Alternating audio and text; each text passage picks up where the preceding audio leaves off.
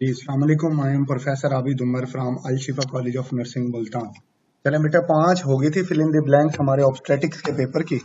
अब जो है वो रिमेनिंग जो है वो मैं आपको डिस्कस करवाता हूँ। इसमें लिखा हुआ है कि एक टर्म यूज हुई हुई है, ये है ब्रश फील्ड स्पॉट। ये क्या होती है? ठीक है, ये ना एक प्रॉब्लम होता है, उसको कहते हैं डाउन सिंड्रोम। देखें, ये ब्रश फील्ड स्पॉट ये डाउन सिंड्रोम में आती है। अब ये डाउन सिंड्रोम क्या होती है?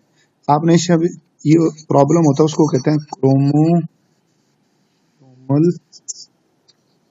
Non disjunction. अब ये क्या चीज है? देखो बेटे, नॉर्मली हम जो है ना, हम बनते हैं तो आपको पता है कि हमें फादर से मिलते हैं स्पर्म, और मदर का होता है ओवम, और इन दोनों के मिलने से बनता है जाइगोट। ठीक है, और यहाँ क्या होता है? यहाँ 23 क्रोमोसोम आते हैं हमारे फादर वाली साइड से, 23 हमारी मदर से, तो फिर ये टोटल बनते हैं 46। लेकिन इसमें क्या होता है, ये इसमें पता क्या होता है, फादर से तो 23 ही मिले, लेकिन बाद बात ऐसा होता है कि मदर से एबनॉर्मली 24 आ गए, और ये जो है 46 होने के बजाय 47 क्रोमोसोम का जानदार बना है। तो ये जो प्रॉब्लम होता है ना, एक क्रोमोसोम इजाफी आ गया, ये ऑटोसोमल क्रोमोसोम होता है। ऑटोसोमल क्रोमोसोम जो है वो एक्स्ट्रा आ गया, तो उससे डाउन सिंड्रोम होता है। इसलिए इसको ट्राइसोमी बोलते हैं कि एक के अंदर जो है बेटा एक क्रोमोसोम जो है ना वो एक्स्ट्रा होगा। तो ये डाउन सिंड्रोम का प्रॉब्लम होता है। इसमें ये ब्रश फील्ड स्पॉट होते हैं। अब ये ब्रश फील्ड स्पॉट क्या होता है? ये जो आंखें है ना, ये आईज में, ये आपको दिखाई दे रहे हैं, आईज के अंदर छोटे छोटे व्हाइट स्पॉट होंगे, व्हाइट स्पॉट्स आंखों में, आंखों की जो प्यूपिल होगी ना उसके अंदर, इसमें ना कुछ एबनॉर्मल कनेक्टिव टिश्यूज हमारी आंखों के आयरस में जमा हो जाते हैं। ठीक है, और सब में नहीं होते, कुछ कुछ के अंदर जो है बेटा ये आपको मिलेंगे। इसमें ना कुछ उर्दू एक्सप्लेनेशन भी लिखी है। खास अलामत है डाउन सिंड्रोम, ये आंख की जो आयरस होती है, आयरस, उसमें छोटे सफेद हल्के रंग के धब्बे होते हैं। ठीक है, ये धब्बे डाउन सिंड्रोम की वजह से आते हैं। आंख की पिछली सतह पर भी होते हैं। ठीक है, इस प्रॉब्लम को ब्रश फील्ड स्पॉट कहा जाता है। और इसका आंसर जो है बेटा ये बनते किस में है? ये नॉर्मली जो डाउन सिंड्रोम वाला बच्चा होता है ना, उसकी आंखें भी थोड़ी सी एबनॉर्मल होती है। डाउन सिंड्रोम, आपको ये भी बता दें कि डाउन सिंड्रोम क्या होता है। Arbitrary bony fixed point in the presenting part. अब ये प्रेजेंटिंग पार्ट क्या होता है? हड्डी का कोई मखसूस हिस्सा, जिसको आप प्रेजेंटिंग पार्ट वो होता है जिससे बच्चा माँ के एब्डोमेन से, माँ की जो बच्चादानी है, जो यूट्रस है, उससे बाहर निकलता है, वो वाला हिस्सा प्रेजेंटिंग पार्ट कहलाता है। Comes in relation with the various quadrants of the maternal pelvis is called. चले इसको भी डिटेल से पढ़ते हैं बेटे। इसको कहा जाता है डिनोमिनेटर, डिनोमिनेटर इसको कहा जाता है।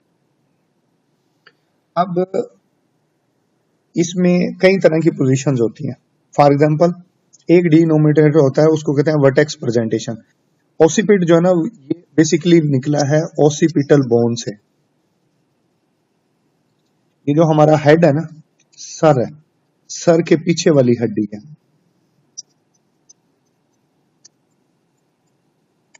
इसी से इसका नाम पड़ा है ओसिपिट। एक होता है ब्रीच डोमिनेटर, ये होता है सैक्रम। एक होता है फेस डोमिनेटर, उसको कहते हैं मेंटम या चिन। ठीक है, मैं दिखाता हूं आपको, ये देखो, ये ओसिपिट है, उसका सर जो है ना, ये आप यूं समझ लें ये ओसिपिट है। ठीक है, और माँ का ये पोस्टीरियर पार्ट है, ये पेल्विस है, माँ की मदर पेल्विस। तो ये जो सर है, क्योंकि यहां से बच्चा बाहर आ रहा है, इसलिए इसको प्रेजेंटिंग पार्ट कहा जाता है। ये लिखा हुआ है उर्दू में, मैं इसलिए लिख रहा हूँ ताकि आपको समझना आसान हो। जब बच्चा माँ के पेट में होता है और जचकी का वक्त आता है, तो बच्चे का कोई एक हिस्सा सबसे पहले नीचे की तरफ आता है, और जो हिस्सा नीचे की तरफ आएगा, पाँव भी आ सकते हैं, सर भी आ सकता है, सर नॉर्मल होता है, हेड का आना। ठीक है, तो उस हिस्से को आप प्रेजेंटिंग पार्ट का नाम दोगे। तो इसमें इसका प्रेजेंटिंग पार्ट जो होता है ना वो मोस्टली क्या होता है, मोस्टली हेड होता है, और नॉर्मल भी यही होगा, बाकी चीजें नॉर्मल में नहीं आएंगी। अच्छा, अब ये देखो, ये सेफेलिक है कि मतलब सर नीचे है, अगर पाँव नीचे है मतलब, और सर बिल्कुल उसके उल्ट है, तो ये वाली पोजीशन जो है ना ये कहलाती है ब्रीच। और इसी तरह एक पोजीशन ये होती है कि ये कमर का लोअर हिस्सा, लोअर पार्ट ऑफ जो बैक है वो मदर की पेल्विस की तरफ आ रही है, तो इसको बेटे आप ट्रांसवर्स का नाम दोगे। बाद ये लेफ्ट साइड पर होता है तो उसको लेफ्ट ओसिपिटो एंटीरियर कहा जाता है। राइट साइड अगर हो, सर का दायां हिस्सा, और ये राइट ओसिपिटो पोस्टीरियर यानी जो है वो पिछला हिस्सा आगे की तरफ आ जाए, तो इसको कहा जाता है बेटे बोनी फिक्स्ड पार्ट। ये डिनोमिनेटर मतलब आपकी ये बैक बोन का जो फिक्स पार्ट है ये उसको रिप्रेजेंट कर रहा है। तो यहाँ पे डिनोमिनेटर जो है बेटा इसका आंसर आ जाएगा, डिनोमिनेटर ओसिपिट। यहां पे आप लिख सकते हो, यहां पर डिनोमिनेटर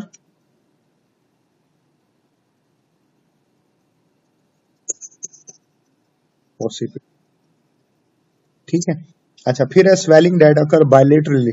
बायलेटरल का मतलब होता है दो दो साइडों पर, दो साइड पर। In the scalp, scalp of the new burn, ये स्कैल्प आप स्किन बोल सकते हैं, जिसकी वजह से नॉट पिट ऑन प्रेशर, उसके ऊपर ना प्रेशर डालो ना तो वो स्किन अंदर की तरफ दब जाती है। ऐसा क्यों हो रहा है, चलिए इसके ऊपर भी डिटेल से बात करते हैं। ये वही जैसे वो लफ्ज आ रहे थे ना, ओसीपिट है, ये लेफ्ट ओसीपिट है, ठीक है ना, लेफ्ट ओसीपिट ट्रांसवर्स है, ये जो चीज है बेटे ये बताई हुई है इसके अंदर, ठीक है। लेफ्ट ओसीपिट पोस्टीरियर ये पोजीशंस है। तो हम बात कर रहे थे ये जो अभी सिम्टम्स हम लोग पढ़ रहे थे, ये जो है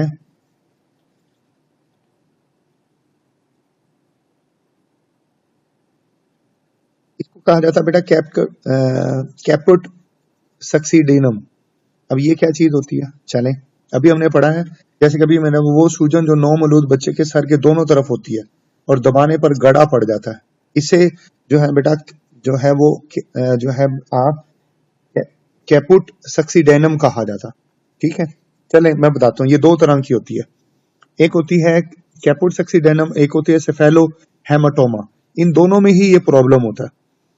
अच्छा, ये जो होता है ना ये ब्लड वेसल्स की वजह से होता है कि लेबर के दौरान जो है बेटा उसकी ब्लड वेसल्स जो हैं वो डैमेज हो गई, ठीक है। जबकि ये ऐसा नहीं है, ये ज्यादा प्रेशर सर के ऊपर ना हाई प्रेशर डालने की वजह से, ज्यादा प्रेशर पड़ गया सर के ऊपर तो उसकी वजह से ये प्रॉब्लम होता है। इसको कहते हैं कैपुट सक्सीडेनम।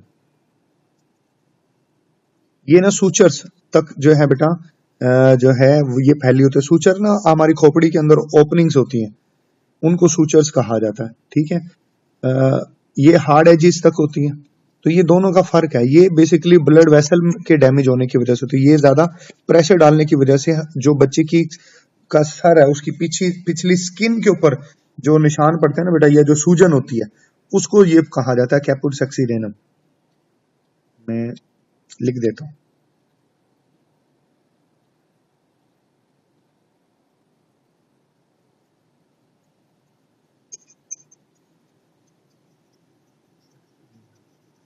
इसको कहा जाता है।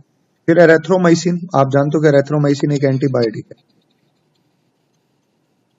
ठीक है। ऑप्थेल्मिक ऑइंटमेंट इसका आंखों में इस्तेमाल किया जाता है 4 टाइम्स अ डे या 2 to 3 वीक्स टू ट्रीट। ये क्लेमेडियल इन्फेक्शन होता है, क्लेमेडियल ये एक बैक्टीरियल इन्फेक्शन होता है, ठीक है। नियोनेट्स जो नए नए बच्चे पैदा होते हैं ना उनके अंदर होता है। चलें इसकी डिटेल थोड़ी पहले आ गई थी इसलिए मैं फिर भी बता देता हूँ आपको।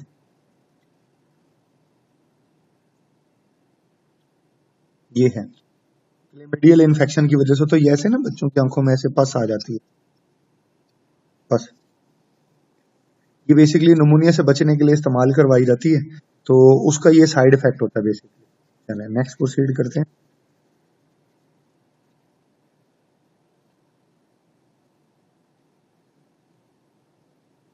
During pregnancy service become vascular. Vascular का मतलब है कि वहां पर खून की सप्लाई जो है ना वो बढ़ जाती है।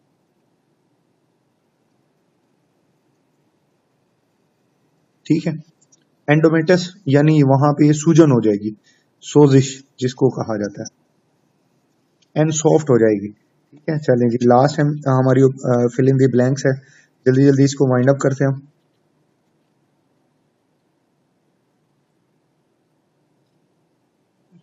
क्या कहा जाता है इसको? इसको कहा जाता है गोडल साइन। गोडल साइन इसको कहा जाता है। गोडल साइन में क्या होता है कि सर्विक्स जो होती है ना वो सॉफ्ट हो जाती है और इसकी खून की सप्लाई बढ़ जाती है और यहाँ पर सोजिश भी हो जाती है। हमल की एक अलामत है जिसमें औरत के रहम का मुंह नरम हो जाता है। ठीक है, इसमें सूजन हो जाती है और ज्यादा खून भरा हुआ महसूस होता है। ये बिल्कुल इब्तदाई जो मतलब प्रेगनेंसी होती है ये उसका साइन होता है। ये लिखा हो ना, one of the probable sign of pregnancy, ये इंडिकेशन होती है प्रेगनेंसी की। ये इब्तदाई अलामत होती है जो माँ के अंदर आती है, खास तौर पर छठे हफ्ते के बाद ये जाहिर होती है। ये हार्मोन्स में तब्दीली, आप जानते हो कि जब प्रेगनेंसी होती है ना तो हार्मोनल चेंजेस आते हैं। हार्मोनल चेंजेस की वजह से आती है। बेटे उर्दू में मैंने जानबूझ के लिखा हुआ है ताकि आपके लिए समझना जो है वो थोड़ा सा आसान हो जाए चीजों को ना, लेकिन आपने पेपर में टोटली इंग्लिश लिखनी है, उर्दू में नहीं लिखना। ये सिर्फ आपको समझाने के लिए ताकि आप चीजों को थोड़ा सा इजी लें। दो हार्मोन होते हैं फीमेल में मेजर, प्रोजेस्टेरॉन और एस्ट्रोजन, जो कि प्रेगनेंसी को मेंटेन करते हैं।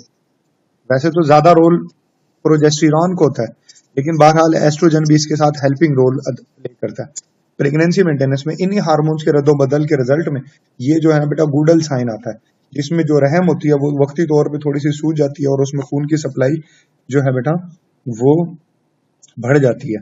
तो आखिरी जो हमारी ऑब्जेक्टिव है उसका जो आंसर बनेगा बेटे वो बनेगा गूडल साइन। चले ठीक है, यहाँ पे हमारी जो फिल इन द ब्लैंक्स वाला एरिया बेटे वो हो गया मुकम्मल। आपको किसी भी किस्म की कंफ्यूजन हो तो वो कमेंट बॉक्स है, वीडियो बना के आपको मैं जरूर दूंगा। आपने हर वीडियो को डिटेल से सुनना है, ये आपको बहुत फायदा देगी इंशाल्लाह। अपना ख्याल रखिएगा। Thank you.